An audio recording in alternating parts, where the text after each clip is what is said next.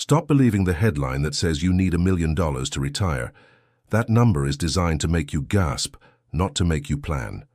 Today, we're replacing fear with math you can trust. Keep it simple. Here's the twist that almost nobody shows you. Two retirees can spend the exact same amount each month, and one may need a giant portfolio while the other needs almost nothing at all. Look at the gap. How is that possible? Because retirement isn't funded by a portfolio alone. It's funded by income streams. And the most common stream, the one that quietly changes everything, is Social Security. This matters. By the end, you'll have a simple framework you can run in your head. Spending minus guaranteed income equals the gap, and the gap tells you the real portfolio number, not the scary one. Let it sink in. I'm Dave. If you like calm numbers first money videos, tap like and subscribe now. It helps the channel and it keeps you close to the next strategy that can save you years. Before we start, imagine two neighbors retiring the same day.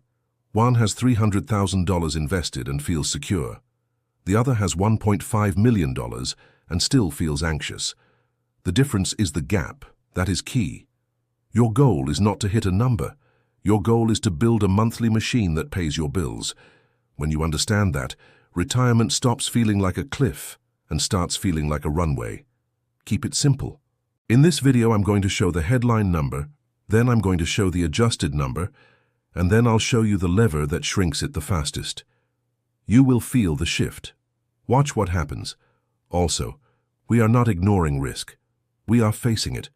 Sequence risk is real, inflation is real, and healthcare is real, but panic is optional when you plan with the right variables. Clarity beats hype.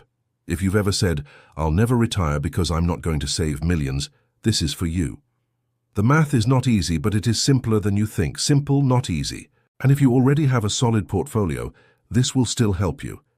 You'll see exactly which spending upgrades are expensive, which are cheap, and where your enough line really sits. That is the point. Recently, I saw an article from Go Banking Rates that did what most financial media does. It used the classic 4% rule and dropped big portfolio numbers for different spending levels. Headlines sell anxiety, not solutions. If you want to spend $3,000 a month, it said you need about $900,000.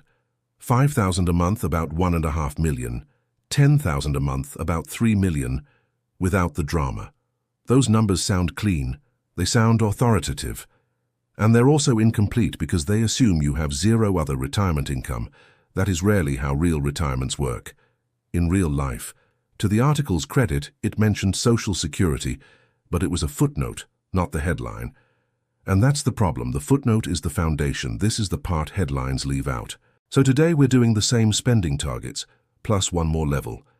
And we're doing it with data-backed assumptions and a realistic cash flow model.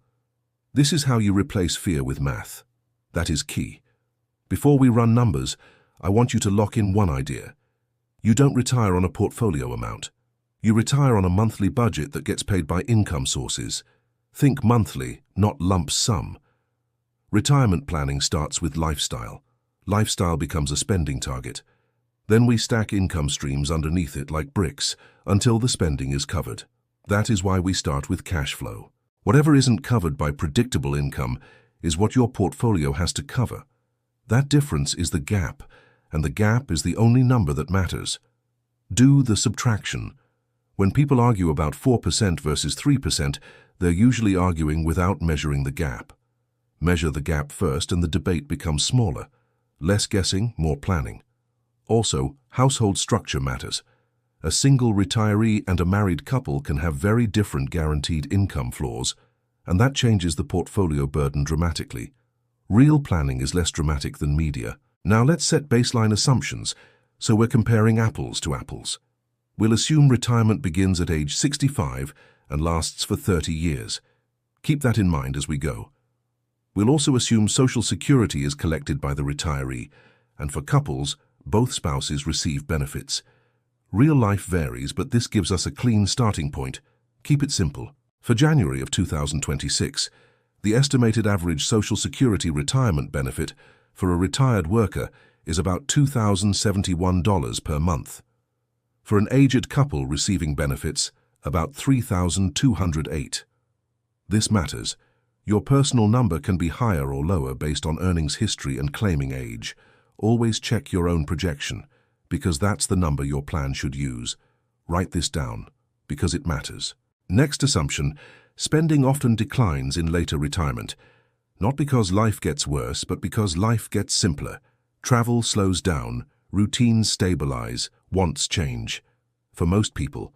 So we'll model a gentle 1% per year decline in real portfolio withdrawals. Notice the wording, portfolio withdrawals. Social Security is a flaw. It doesn't decline like that. That is the point. Finally, we need a withdrawal rate. The headlines use 4% because it's simple. We'll use a more nuanced starting rate of about 4.7% for the gap portion. Look at the gap. Why 4.7%? Because when withdrawals are designed to taper, the plan is less stressed over time. You're not forcing flat, inflation-adjusted withdrawals forever. Once you see the gap, you relax. None of this is magic, and none of this is advice. It's a framework to think clearly. Your taxes, healthcare costs, and market returns will change the exact answer. Be honest here. Okay, let's start with the level that represents a huge chunk of everyday retirees, spending $3,000 per month or $36,000 per year. Notice how simple the framework stays. For a married couple receiving the average combined benefit of about $3,208 per month, Social Security alone covers that spending target.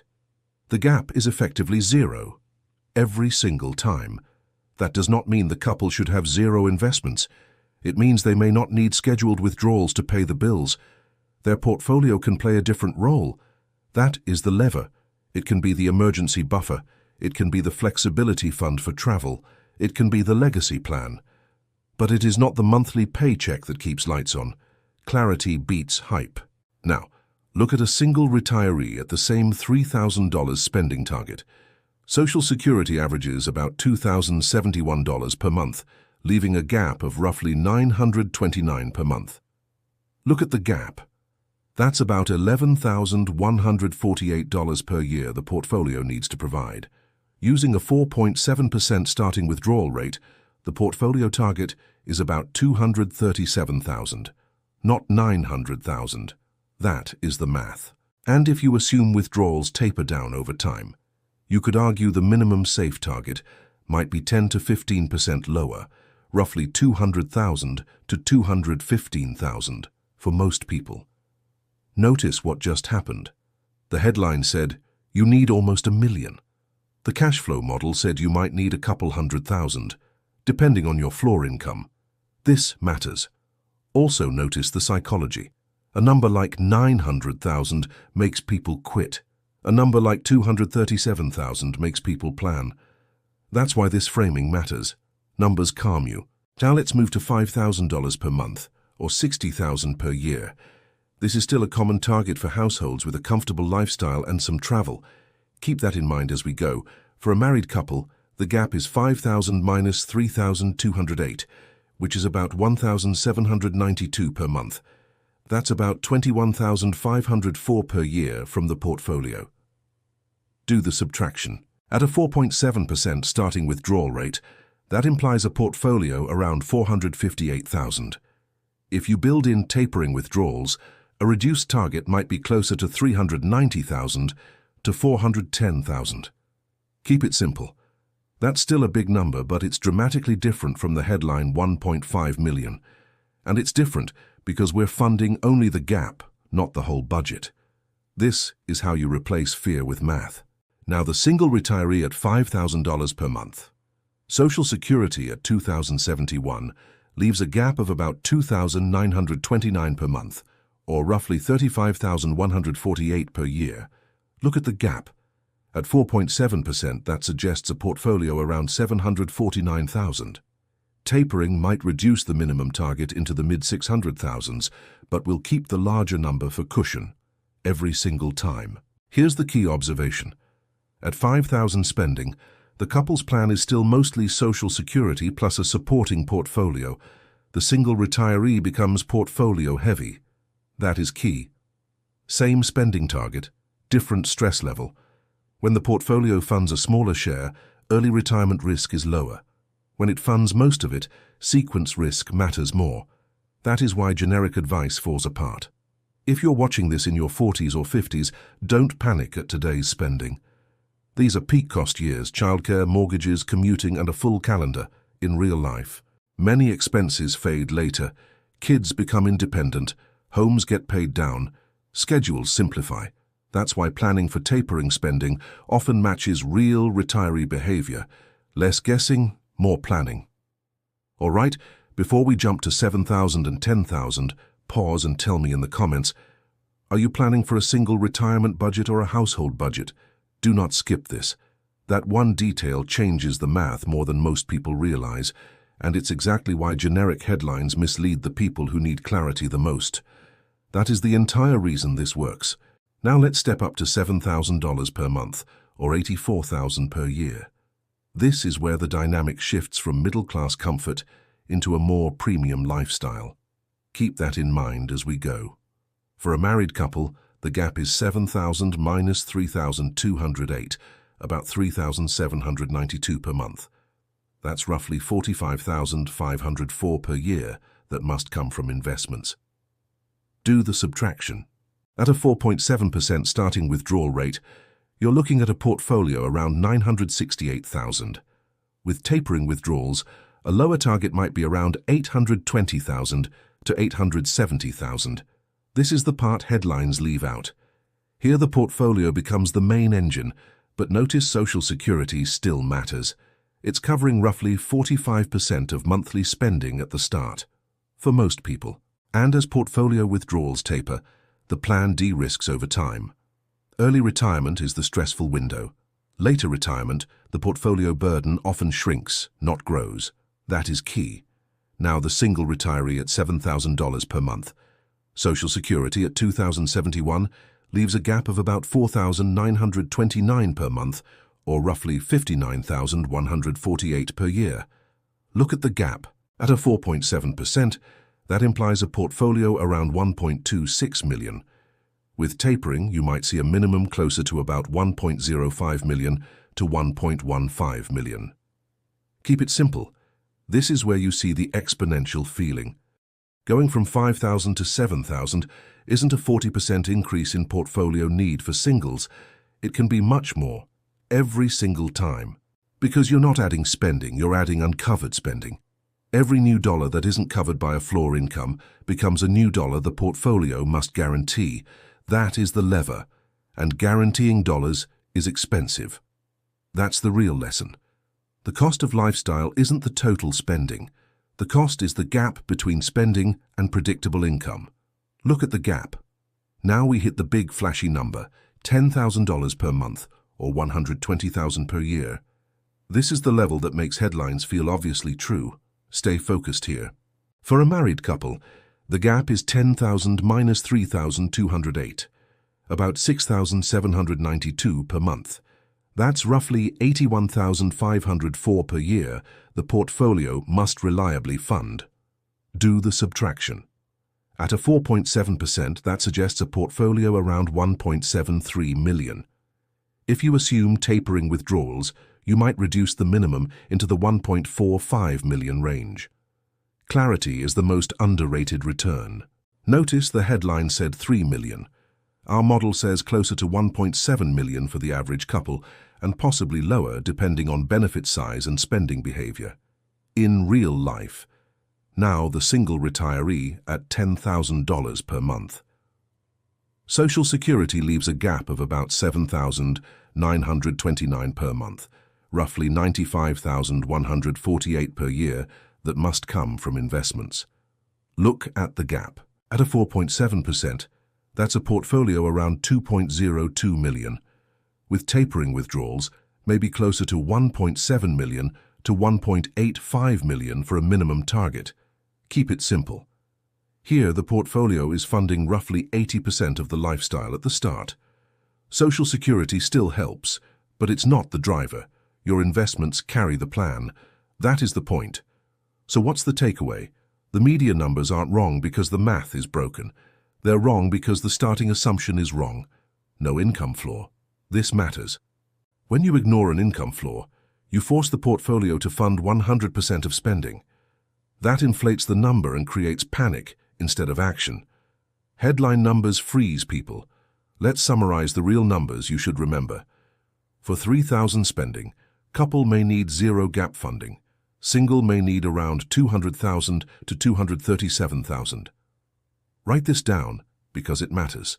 For 5,000 spending, couple may need roughly 390,000 to 458,000. Single may need around 650,000 to 749,000, depending on withdrawal assumptions. Less guessing, more planning. For 7,000 spending, couple may need around 820,000 to 968,000. Single may need around 1.05 million to 1.26 million, again based on tapering. Simple, not easy, not. For 10,000 spending, couple may need around 1.45 million to 1.73 million. Single may need around 1.7 million to 2.02 million. That is the math. These are not magic targets. They are models that show direction. Your personal benefit, taxes, healthcare, housing choices, and part-time income can shift everything in real life. But the structure stays true. Spending sets the goal. Guaranteed income sets the floor. The gap defines the job your portfolio must do. Then you fund that job. That is why we start with cash flow. If you want a retirement calculator that actually helps, stop asking how much do I need and start asking how much gap do I need to cover. Look at the gap.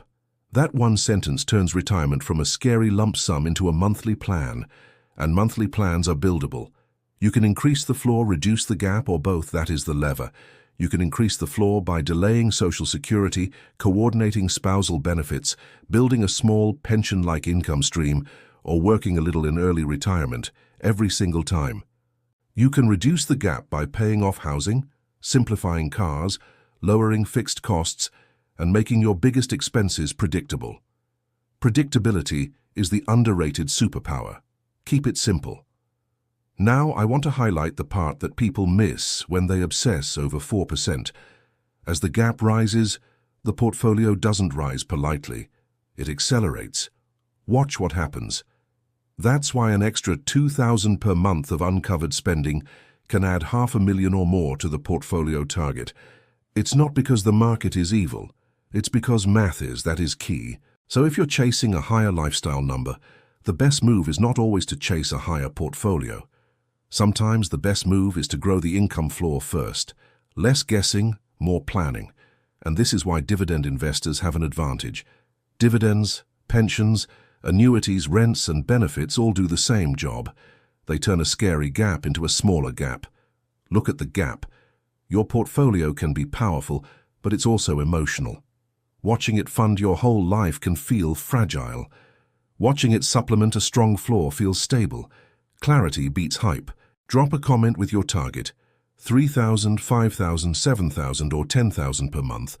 And whether you're planning as a single or a household, I read every one. Be honest here.